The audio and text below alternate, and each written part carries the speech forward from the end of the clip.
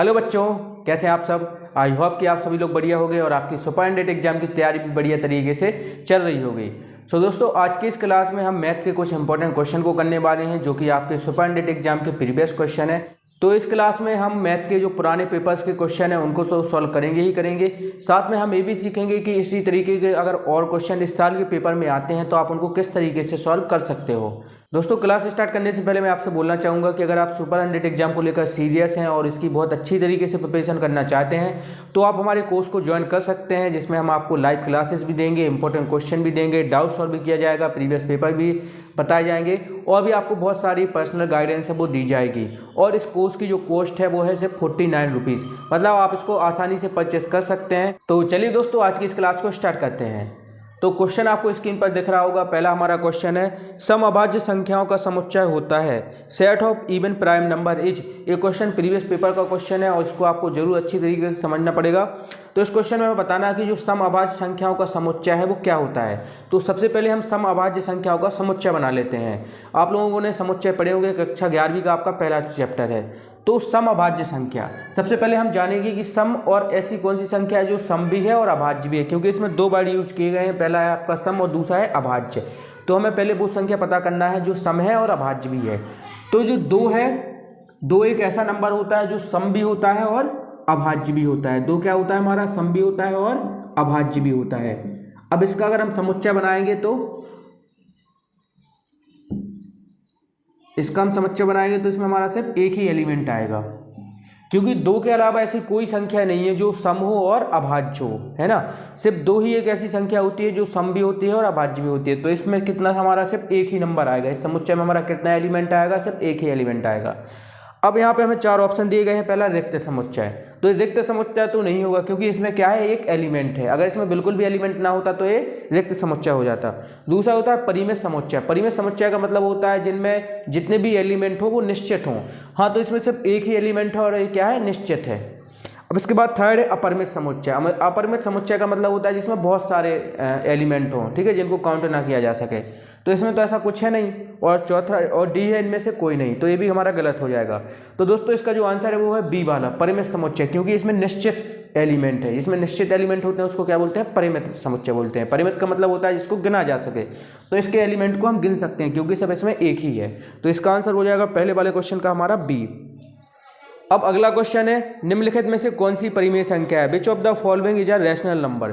तो हमें बताना है कि कौन सी संख्या परिमेय संख्या है। तो मैं काफ़ी सारे अपने वीडियो लेक्चर में बता भी चुका हूँ। तो देखो, वे संख्या परिमेय संख्या कहलाती हैं जिनको बटे के रूप में लिखा जाता है। तो यहाँ पे हम तीन ऑप्शन देख लेते हैं। पहला है हमारा √5, दूसरा है हमारा √7 और तीसरा है हमारा 22/7 और चौथा है हमारा पाई। तो देखो, ये सभी जो संख्या है रूट के अंदर है, तो ये तो परिमेय संख्या होगी नहीं। अब बात कर लेते हैं पाई की। तो पाई बटे के रूप में नहीं है, पाई एक वेरिएबल है, तो ये भी हमारा परिमेय संख्या नहीं होगा। अब हमारा क्या बचा, 22/7। 22/7 परिमेय संख्या हो जाएगी क्योंकि ये बटे के रूप में भी लिखी हुई है ना। तो इस वजह से क्या हो जाएगी, हमारी परिमेय संख्या हो जाएगी। अगला क्वेश्चन देख लेते हैं, यदि fx बराबर √x प्लस √a-x है तो f(a-x) बराबर है। तो दोस्तों, इसमें कुछ नहीं करना है, हमें सिर्फ इसमें x की जगह पे a-x को रख देना है। मैं यहाँ पे आपको एक बार करके बता रहा हूँ। जैसे fx यहाँ पे दिया गया है, fx equal to √x plus a-x। अब देखो यहाँ पे दोस्तों, यहाँ पे x लिखा हुआ था, अब हमें यहाँ इसकी जगह पे रखना है f(a-x). x की जगह पे हमें क्या रखना है, a-x रखना है।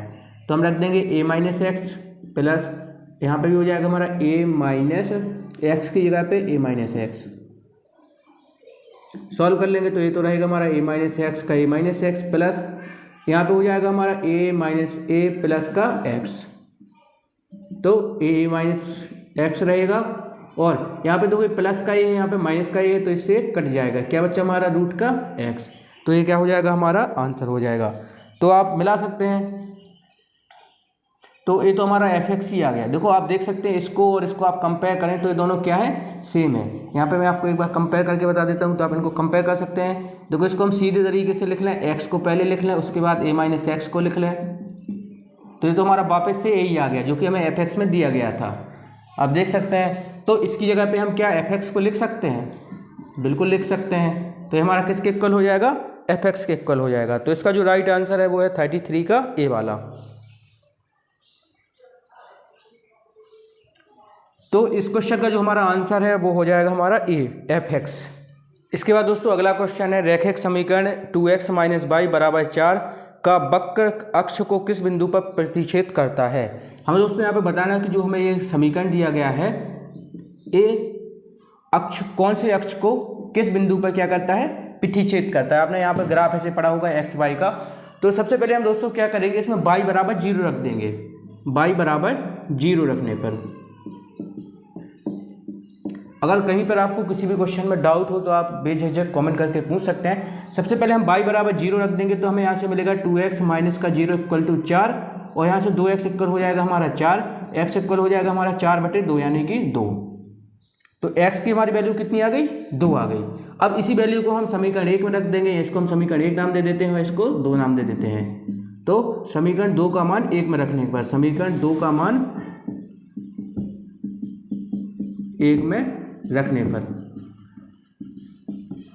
मैं जल्दी जल्दी लिख रहा हूँ आपको आसानी से समझ में आए। x की वैल्यू जो है 2 यहाँ पे रख देंगे हम, तो आ जाएगा 2 2 माइनस का y = 4, 2 दूनी 4 माइनस का y = 4, यहाँ से माइनस y इक्वल हो जाएगा 4 - 4 यानी माइनस y = 0 यानी y = 0, 4 में से 4 गया 0। तो इसका जो हमारा आंसर हो जाएगा, देखो x की वैल्यू हमारी कितनी आई है? 2 और y की कितनी आई है हमारी? 0। तो जो ये समीकरण है वो अक्ष को 2 और 0 पे प्रतिच्छेद करता है, मतलब यहाँ कहीं पे वो प्रतिच्छेद ए है करता है। तो इसका जो हमारा आंसर हो जाएगा वो हो जाएगा ए नंबर वाला, 2 और 0 पर। इसके बाद हम देख लेते हैं अगला क्वेश्चन। और दोस्तों एक बार मैं आपसे शुरुआत में कहना भूल गया था, तो जो भी मैं आपको पढ़ा रहा हूँ इसको कॉपी पेन में बड़ी अच्छे से समझते जाइए, क्वेश्चन को लिखते जाइए और करते जाइए, क्योंकि इसी टाइप के मैं क्वेश्चन आपको और बहुत सारे करने को दूंगा जो कि आपके एग्जाम में आ सकते हैं। तो उनकी प्रैक्टिस आपको जरूर करनी पड़ेगी। तो हो सके तो आप इन क्वेश्चन का स्क्रीनशॉट भी लेते जाइए। आपके एग्जाम के लिए कम टाइम है इसलिए मैं जल्दी जल्दी यहाँ पे आपको बता रहा हूँ, थोड़ा रिलैक्स नहीं हूँ, मुझे भी बहुत सारे क्वेश्चन हैं वो आप लोगों को करवाना है, इसलिए मैं जल्दी जल्दी यहाँ पे आपको सारे क्वेश्चन है वो दिखा रहा हूँ। अब इसके बाद हम अगला क्वेश्चन देख लेते हैं। तो अगला क्वेश्चन है, यदि बहुपद ax² + bx + c के शून्यांकों का योग और शून्यांकों का गुणनफल बराबर हो तो b + c का मान बताइए। मतलब बोला गया है कि एक हमें ऐसे समीकरण दिया गया है ax² + bx + c = 0। अब इसमें हमें बोला गया है कि जो शून्यांकों का योग है और जो शून्यांकों का गुणनफल है वो एक दूसरे के कैसे हैं? बराबर हैं। तो आपने 10वीं में पढ़ा होगा शून्यांकों का योग होता है हमारा -β/α। ये हो गया हमारा क्या? शून्यांकों का योग। और जो हमारा शून्यांकों का गुणनफल होता है वो होता है c/a, यानी कि जो अचर पद और बटे में अल्फा, ये होता है हमारा शून्यांकों का गुणनफल। तो हमें क्वेश्चन में बोला गया कि दोनों एक दूसरे के क्या है? इक्वल हैं। तो इनको हम बराबर में रख देते हैं, -b/a = c/a। a से a कट जाएगा क्योंकि दोनों नीचे हैं, -b इक्वल आ जाएगा यहाँ पे c, और b को ले जाएंगे हम उस साइड तो हो जाएगा हमारा 0 = b + c। तो हमें इसी b + c का मान इस क्वेश्चन में बताना था। तो b + c का मान हमारा कितना आ गया? 0 आ गया। तो इसका जो c वाला आंसर है वो राइट हो जाएगा। अगला दोस्तों हमारा क्वेश्चन है, कोई धन में ABCD में 5:2:4:3 के अनुपात में बांटा गया। यदि C को D से 100 रुपये अधिक मिला है तो B को प्राप्त धन है। मतलब इसमें C को जो धन मिला है वो D से 1000 रुपये अधिक है, और हमें इसमें B का जो धन मिला है वो बताना है। इसमें बेसिकली अनुपात दिया गया है। तो एक बात याद रखना, कहीं भी अनुपात दिया गया हो तो सबसे पहले उसको x लिख लेना। तो यहाँ पे मैं यहाँ पे इस क्वेश्चन को थोड़ा लंबा क्वेश्चन इसे 2 पार्ट में डिवाइड करूँगा। तो यहाँ पे a हो जाएगा हमारा 5x, ये सभी इसका रेशो दिया गया है क्वेश्चन में। b हो जाएगा 2x, c हो जाएगा हमारा 4x, d हो जाएगा हमारा 3x। अब क्वेश्चन में बोला गया है कि जो b को पैसे मिले हैं वो d से कितने ज़्यादा मिले हैं, सॉरी जो c को पैसे मिले हैं वो d से 1000 रुपये ज़्यादा मिले हैं। मतलब अगर d के पैसों में हम 1000 रुपये को ऐड कर देंगे तो वो किसके पैसों के बराबर होगा? c के पैसों के बराबर होगा। तो बस यहाँ पे हम वैल्यू पुट कर देंगे। c हमारा है 4x और जो हमारा d है वो है हमारा 3x + 1000। यहाँ से हम वैल्यू फाइंड कर लेंगे तो x को इस साइड ले आएंगे तो हो जाएगा 4x - 3x = 1000, और यहाँ से 4x में से 3x जाएगा तो बचेगा x = 1000। अब जो x की वैल्यू आई है उसको हम यहाँ पे रख देंगे। तो हमें b का निकालना था, तो हम यहाँ पे b की जगह पे रख देंगे 2 × 1000, तो हमारा हो जाएगा आंसर 2000 रुपये। मतलब जो बी को रुपए मिले हैं वो कितने मिले हैं, 2000 रुपये मिले हैं। सिंपली इस बारे क्वेश्चन को एक बार फिर से समझ लीजिए। तो यहाँ पे हमें रेशियो दिया गया था ABCD, A ratio, B ratio, C ratio, D, तो यहाँ पे उसका रेशियो था। हमने कुछ नहीं किया, जो भी रेशियो दिया गया था सब में x ले लिया। अब क्वेश्चन में बोला गया था कि जो C को पैसे मिले हैं वो कितने मिले हैं, D से 1000 ज़्यादा।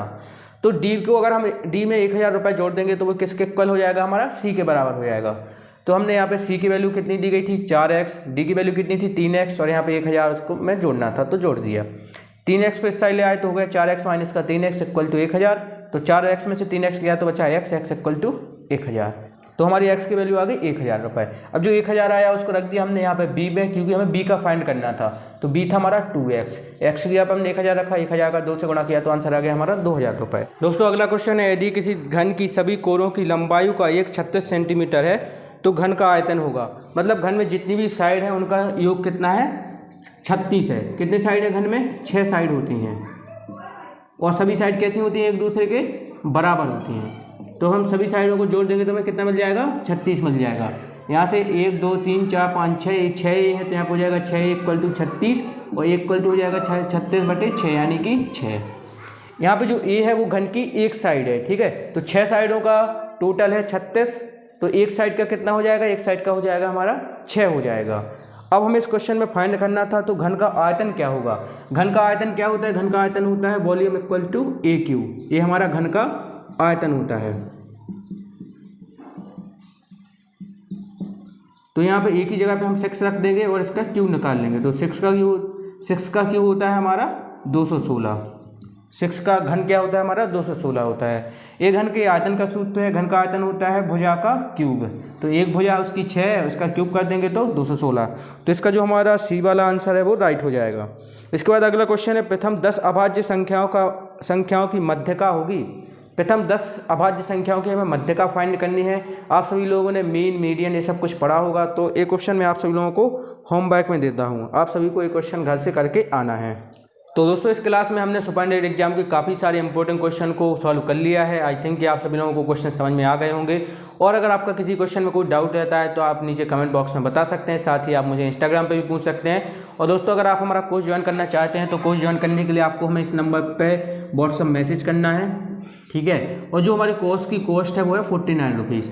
मैं आपको यहाँ पे एक बार फिर से याद दिला दूँ तो इस कोर्स में आपको लाइव क्लासेस भी मिलेंगे, इंपॉर्टेंट क्वेश्चन भी मिलेंगे, डाउट सॉल्विंग भी होगा, प्रीवियस पेपर भी होगा, मतलब बहुत कुछ मिलने वाला है। और जो हमारा कोर्स है वो मंडे से स्टार्ट हो रहा है। सिर्फ लिमिटेड सीट ही हमारे पास, जो 30 सीट्स हैं वो अभी अवेलेबल हैं जब तक मैं अभी वीडियो बना रहा हूँ।